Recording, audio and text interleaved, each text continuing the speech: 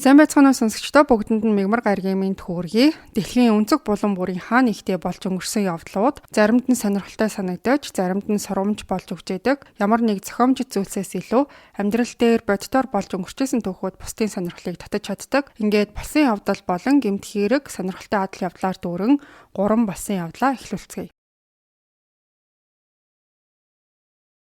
Энэхүү эрэгтэй Гланди гэдэг алдар нэр хүндэд маш дуртай. За олонний танил болж хэн нэгнээр хүрээлүүлэх нь түүний одоо хамгийн их хүсдэг зүйл юм байна. За харамсалтай нь Гланди алдартай нэгэн бол биш. Харин сэтгэл зүйч мэрэгчлээ. Мэрэгчлэр ажиллаж байгаа энгийн нэг эмч хүн байгаа. За нэг өдөр тэр бол маргаантай гэж хэлж болохоор эмчилгээний аргыг бодож олсон. Энэ түүхийг үргэлжлүүлэхийн тулд Гланди эмчийг түр хаазнаад The Beach Boys хамтлагийн тухай ярих хэрэгтэй болно. За Beach Boys хамтлаг дэлхийгээр аялан тоглолт хийж хөгжмийн чартуудыг тэргүүлж, жинхэнэ бужигнуулж исэн алдартай хамтлаг байсан. За хамтлагийн гоцлол дуучныг бол Brian гэдэг. Түүнийг жинхэнэ утгаараа хөгжмийн сууд ухаантай гэж тодорхойлж болно. За хэдийгээр авьяастай нэгэн байсан ч гэсэн харамсалтай нь одоо онцлогдоогүй олон төрлийн сэтгцийн асуудал байсан гэдгийг онцлох нь бас зүйтэй байх. За Brian бол дараалсан олон одоо аялан тоглолтуудыг хийж, алдар нэрэнд умбож, жинхэнэ рок н роллын амьдралаар амьдарч исэн. За түүний хувьд бол энэхүү амьдралын хэв маяг нь хүнд байсан болохоор бусад рок одуудын нэгэн адил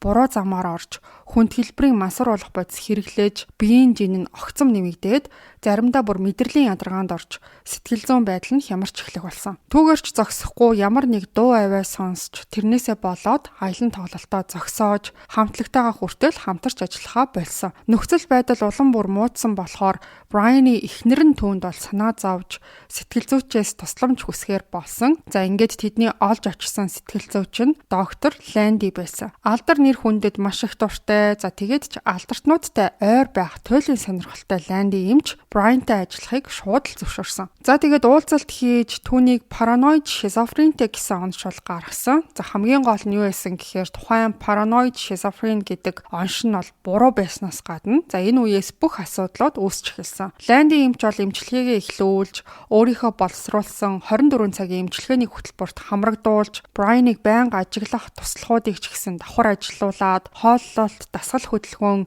эмийн хэрэглээг нь бүхэлд нь хянжсэн.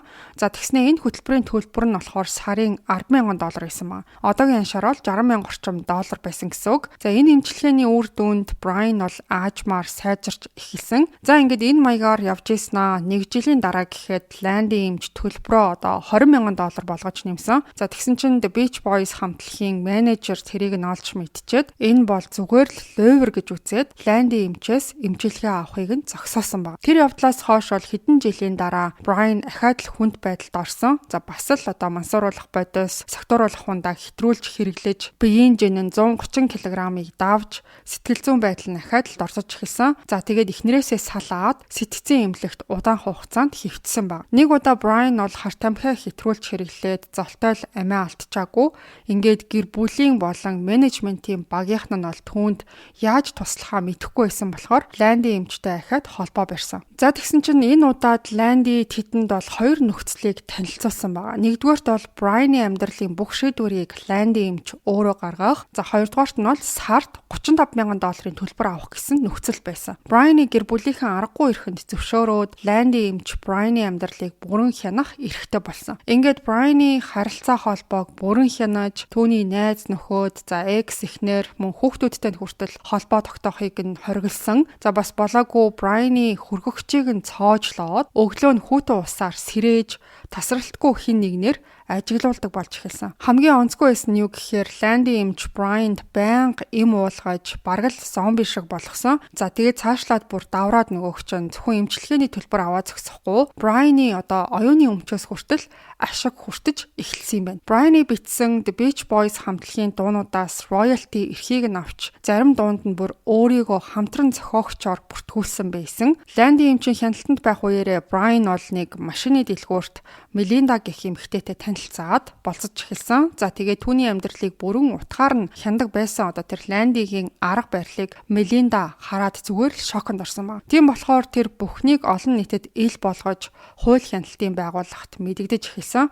За Ланди бол тэр бүхнийг олж мэдээд маш их уурлаж Брайаныг Мелиндатай уулзахыг нь бүр мөсөн хориглосон. За Брайаны гэр бүлийнхний ашгүй бас л Брайаныг хамгаалах арга хэмжээ авч хийсэн. Тэгээд түүний бичсэн гэрээслэлийг нь олж уншсан чинь хэрвээ тэр нас барах юм бол өөрийнхөө хөрөнгийн 70%-ийг нь Ланди эмчэд үлдээхээр заасан байсан. Ингээд энэ бүхэн эцсийн цэг болж тэд бол Ланди эмчийг шүүхэд өгөөд за түүнээс бол Брайаныг хамгаалах тушаал гаргуулсан. Эцэст нь шүүхийн шийдвэрээр Ланди эмчийг Брайаны амьдралаас бүр мөсөн холдуулж чадсан байгаа. За тэр жилдээ Брайан Мелиндатай эргэж уулзаад тэд бол 1995 онд гэрэлсэн юм байна. Хожим нь бол Брайаныг зөв оншуулж зөв эмчилгээг нь хийлгэснээр тэр илүү дээрцсэн байгаа. Эцэст нь бол түүний оншин параноид шизофрен бол биш, харин шизоаффектив эмгэг болон хөнгөн хэлбэрийн хоёр туйлт эмгэг болох нь тогтоогдсон юм байна. Энийн тухайн үед Ланди эмчийн хийжсэнээс өөр эмчилгээг шаарддаг байсан юм байна. За эмчилгээний дараа бол Брайан бүрэн эрүүлжиж эхэлсэн түүхтэй юм байна. За ингээд хэдүүлээ 2 дахь болсон явдал руугаа орцгоё. Энэ түүхтэр Мишель гэх залуугийн талаар яригдана. За тэр бол шоронгоос 5 удаа зүхтаж чадсан түүхтэй. За нэг удаа бол хүргэлтийн машин дотор нуугдаж зүхтаж чадсан бол бас нэг удаад нь орныхоо даавууг холбож уяад оргож гарч исэн юм байна. Оргож гарсан байх үеэрээ тэр бол Надин гэх бүсгүйтэй танилцсан. За тухайн эмэгтэй өөрөө ч гэсэн баггүй асуудалтай цагдаа дээр эрүүгийн бүртгэлтэй байсан ч гэсэн Мишель Надин хоёр бол учир ургуулж хайр дурлалын рамаас үүсгэж хамтдаа цухтаж эхэлсэн. За тэд бол байнга л байршлаа сойлж, нүүж, цагдаа нарт баригдахгүй явсаар байсан. За тэдэнд тулгарсан томоохон асуудал нь бол мөнгө байсан. Мишель өөрөө шоронгийн оргодол болохоор ямар ч удаа ажил хийх боломжгүй. Тиймээс хулгай хийхээс өөр сонголтгүй байна гэж бол үзсэн. За оргож явж иж хулгай хийн гэдэг бол ялаа хүндрүүлэх том асуудал болох нь мэдээж. Гисэн эдээч өөр сонголтгүй байсан болохоор дээрэм хийж за удаачгүй тэгээд цагдаа нар түүнийг бол баривчилж шоронд хийсэн. Энэ нь бол түүний 4 дахь удаагийн шоронгийн ял байсан. Надин гээд найз бүсгүүн Мишелийг шоронд орсон ч гэсэн хайртай хിവэрээ за шоронд байх үеэр нь түүнтэй гэрэлсэн бэлээ. За Мишель бол ахаад л цаг үргэлж оргох талаар бодож шоронд удаан хугацаанд байхыг хүсээгүй. Тэгээ бас нэг солиотойч гэмээр төлөвлөгөө боловсруулж эхэлсэн. Яасан гэсэн чинь зүгээр нэг энгийн хатуу саванг буушиг хэлбэртэй болгож сийлж агаад за тэгээ хар өнгийн гутлын тасаар нөгөөхөө будаад хальт харах юм бол яг жинхэнэ буушиг болгож бэлдсэн. Удаачгүй түүнийг шүүх хуралд оролцуулахаар шоронгоос гаргасан. За тэгээ шүүх танхимд нөгөөх чинь савангаар хийсэн бууга гаргаж ирээд танхимд байсан бүх хүнийг сүрдүүлж бас л оргож зүхтааж чадсан юм байна. Мишелийн түүх энэ хүрээд дуусаагүй. Цаашаага бүрч сонирхолтой болж үргэлжлэн. За Мишель Надин хоёр оргож зүхтааж 2 жилийн турш хөдөө хээр нуугдаж амьдарсан. За ингэх үеэрээ бол Надин жирэмсэн болоод хөөхөд өсгөхөд мэдээж мөнгө хэрэгтэй болно. Ингээд дахиад л Мишель дээрэм тонол хийхээс өөр сонголтгүй боллоо гэж бодож эхэлсэн. За тэгээ дээрэм хийх газраа сонгохдоо буруу газар сонгож харуул хамгаалалт сайтай банк дээрэмтгэхэр болсон. За дээрмийн үеэр бол бүх зүйл хяналтаас гарч цагдаа нар очоод Мишель цагдаагийн нэг ажилтныг буудаад тэгээд баригдсан байгаа. За энэ удаад бол түүнийг урдныхаас нь илүү урт хугацаагаар шоронд хорихоор болсон. Гэхдээ Мишель бол тэр бол хизээч шоронд удаан тисч суух хүн биш. Тэгээ бүр Мишелийн дахин оргох төлөвлөгөөг нь Надин боловсруулад урдныхаасаа ч солиотой арга сэтсэн байсан. За тэгээ яасан бэ гэхээр Надин нислэг тэрэг жолоодох сургалтанд сууж эхэлсэн. Бүр хэдэн сарын турш нислэгийн шалгалт өгчээж нисгэгчийн үнэмлэхээ гаргаж авсан байна. Дараа нь бол Мишель рүү нууцаар зурвас дамжуулж 5 сарын 26-ны өглөөний 10 цагт шоронгийн дээвэр дээр байж агаарэ гэсэн зүйл бичсэн байсан. За ингээд 1986 оны 5 сарын 26-ны өдөр болж Мишель бас нэг өөр хоригдол болох Pierre гэдэг нэртэй залуу шоронгийн галт тогооноос олон тооны тоор жимс хулгайлаагаад за тэднэрийг гар бөмбөг шиг харагдуулахаар буутсан байсан. Ингээд тэр хоёр бол жимсээр хийсэн хуурамч гар бөмбөгнүүдээ гаргаж хамгаалагчдыг сүрдүүлж эхэлсэн. За дээшээ дээвэр рүү гарчвал чадсан байгаа. Тэднийг харсан бусад хоригдлууд баярлаж, бүр алга ташиж орилолтжсэн. Ингээд болцсон газраа болцсон цагтаа гэдэг шиг Надин бол нислэг тэрэг түрээслээд шоронгийн дээр ирчихсэн. олсоо доош нь буулгаад за Мишель бол авирч эхэлсэн ба. Надин болохоор сандраад бүр яах чаргагүй тэр нөгөө Пир гээд залууг болохоор тэнд нь үлдээгээд тэд бол яваад өгсөн. Ингээд энэ явдлаас хойш 4 сарын дараа цагдаа нар Надиныг олж баривчилсан юм байна. За харин Мишелийг бол олж чадаагүй. Гэхдээ бас л бууж өгөхгүй банк дээрэмдэх гэж оролдож байгаад тэгээд буудалцааны үеэр Мишель бол толгойдоо буудулсан ч гэсэн бараг л одоо эд шидийн юм шиг тэр бол амьд гарч чадсан. Гэхдээ хагас саажилттай болоод эцэст нь бол түүнийг хамгийн өндөр одоо харуул хамгаалалттай шоронд шилжүүлэхээр болсон юм байна. Түүний түүх бас л энэ хүрээд дуусаагүй. За шоронд байх үеэрээ Мишель бол Жамила гэдэг эмэгтэйтэй цагтлаар харилцаж хайр сэтгэлтэй болсон. Жамила болохоор түүнд үнэн болоосоо хайртай байсан болохоор түүнийг бас л нисдэг тэргээр оргуулах, оролдлох хийсэн. Гэхдээ урдных шиг өөрөө жолоодод очсон юм бол биш, харин барьцаалж очоод Мишелийг аврахаар болсон юм. Гэхдээ тухайн төлөвлөгөө нь амжилтгүй болж Жамила бол баригдаж 7 жилийн ял авсан байдаг. Эцэст нь Мишель 17 жилийн хорих ялаа гүйцээгээд 2003 онд шоронгоос хуулийн дагуу албан ёсоор солилогдсон юм байна. За ингээд хэдүүлээ 3 дахь басан явдал руугаа орцгоё.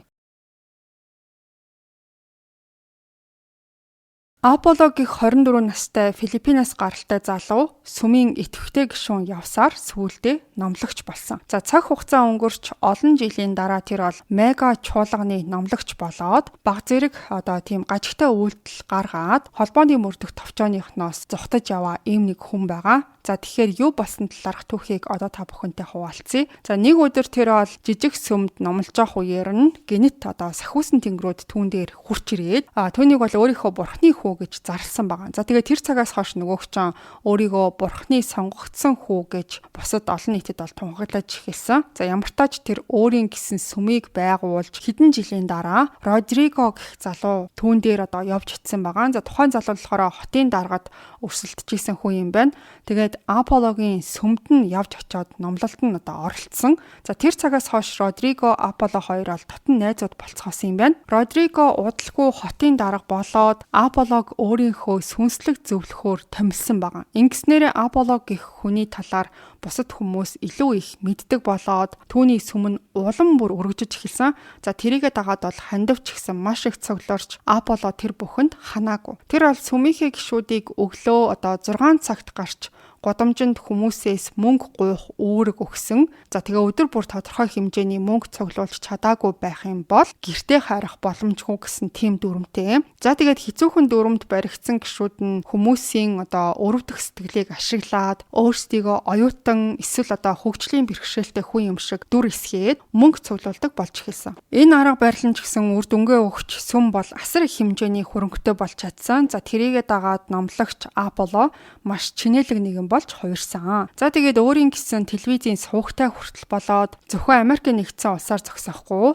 бусад улсад ч гэсэн сувгаараа дамжуулж номлодог болсноор өөр улс орнуудад ч дагагчдтай болж эхэлсэн. За энэ байдал нь түүнд бол жинхэнэ утгаараа ашиг авчирсан зүйл болсон. Аполло өөрийн хамгийн үнэнч дагагчдаа Америк нэгдсэн улс руу оруулаад тэднийг хандив гуйх ажилд дайчилдаг байсан. Ингэснээр урд урдныхаасаа ч илүү их мөнгө олж эхэлсэн. Тэр бол өөрийгөө бурхны хүү гэж зарлахаас гадна нэг удаа бүр газар хөдлөлтийг орилж зогсоосон, хүмүүс түүнд талархах хэрэгтэй гэж мэдэгдсэн баг. За энэс гадна бол бурхан нь түүнтэй шууд харилцдаг. Бурхантайгаа тэнгэрт очиж уулзсан гэх мэт хачирхалтай Эли балай зүйл ярьдаг байсан баг. За тэгээд Элиэрч ихснээс нь хойш бол бүх зүйл аимшигтай болж эхэлсэн. Түүний сүмийн залуухан тийм царайлаг эмэгтэйчүүд дундаас хамгийн их хандив цуглуулдаг хүмүүс нь номлогчийн туслах гэсэн албан тушаалд дэвшдэг. Хамгийн дуулууртай, хамгийн үзэсгэлэнтэй туслахууд нь сүнслэг эхнэрүүд нь болдог байсан. Сүнслэг эхнэрүүд нь ямар онцгой эрх эдэлдэг гэхээр тэд бол Аполлотой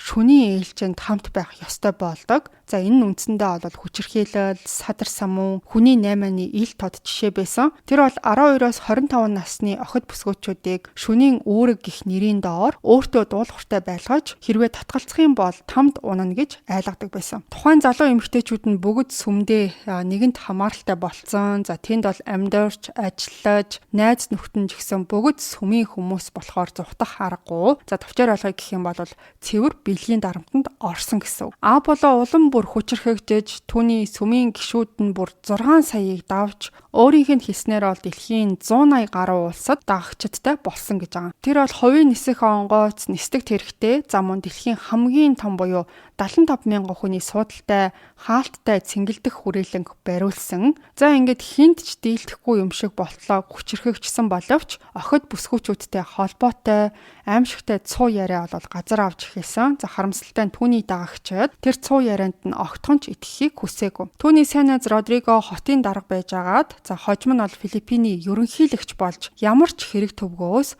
ерөнхийдөө бат хамгаалж исэн. Ингээд бүхэл бүтэн 16 жилийн турш хууль бус зүйлс хийж хинч Аполлод хариуцлага тооцохгүй байгаа юм шиг бол харагдчихсан. За тэгсэн чинь нэг өдөр Америк нэгдсэн улсад байдаг түүний хуучин сүмийн гишүүд нь холбооны мөрдөх товчоонд хандаад мэдээлэл өгч эхэлсэн. За ингээд холбооны мөрдөх товчоо мөрдөн байцаалтыг эхлүүлж за энэ нь бол олон нийтийн анхааралд хүртэж эхэлсэн. Аполло бол энэ талаар олж мэдснийхээ дараа сандарсандаа Америкаас зүхтааж Филиппинд очингуудаа сүмийнхээ хамгаалалтанд орсон. За түүний найз Родриго ерөнхийлөгчийн албан тушаалаасаа буугаад шинэ ерөнхийлөгч томилогдсон. Азар тухайн шинэ ерөнхийлөгч нь бол Аполлотой ямар ч холбоогүй нэг юм байсан. Ингээд дараа нь Америк нэгдсэн улсад байдаг Аполлогийн ойрын туслахуудыг баривчилж Аполлогч мөн эрен сурвалжуулж эхэлсэн. За түүнд бол заллан хүний наймаа бэлгийн мүлчлэг хийсэн хэрэгээр ялт тулахаар болсон. За тэгсэн чинь зүхтаж яваа Аполло болохоор өөрийн дагагчдаа энэ бүхэн бол хувилдаан намайг мөрдөж шалгахаа болвол цар тахалж зогсно гэж мэдэгдсэн байна. Филиппинд олон эмэгтэйчүүд гарч ирж түүнийг буруутгаж эхэлсэн. За тэр бүхнийг Аполло өгөөсгөж өөрийгөө хохирогч юм шиг харагдуулахыг оролдсон ч Филиппиний сенат эцэст нь түүнийг баривчлах тушаал гаргасан. За түүний өмч хөрөнгийг нэгжиж хайж эхэлсэн. За сүмийнх нь гишүүд бүр цагдаа нартай мөргөлдөж мөрдөн байцаалтын ажлуудыг зогсоохыг оролцсон ч гэсэн эцэст нь бол 2-7 хоногийн дараа Аполло өөрөө бууж өгөөд баривчлагдсан байдаг. Одоогоор хараахан бол түүний шүүх хурал нь болоогүй байгаа. Юу болох нь харахал үлдсэн. Ингээд дэлхийд даяар маш олон шашны урсгалууд байдаг ч гэсэн Аполло гэх энэ хүний дагагчид 6 саяыг давсан гэхээр тоон үзүүлэлт бол маш өндөр байгааг бас харуулж байна. За ингээд энэ удаагийн 3 балсын явдал энэ хүрээд өндөрлөх боллоо. Дугаараа дуустал сонссон бол улаан өнгийн зүрх комент хэсэгт оруулж хийж байгаа контентуудыг манд дэмжээрэй. Ингээ хийдүүлээ хагас өдөр бас нэгэн сонирхолтой дугаараар эргээд уулзъя.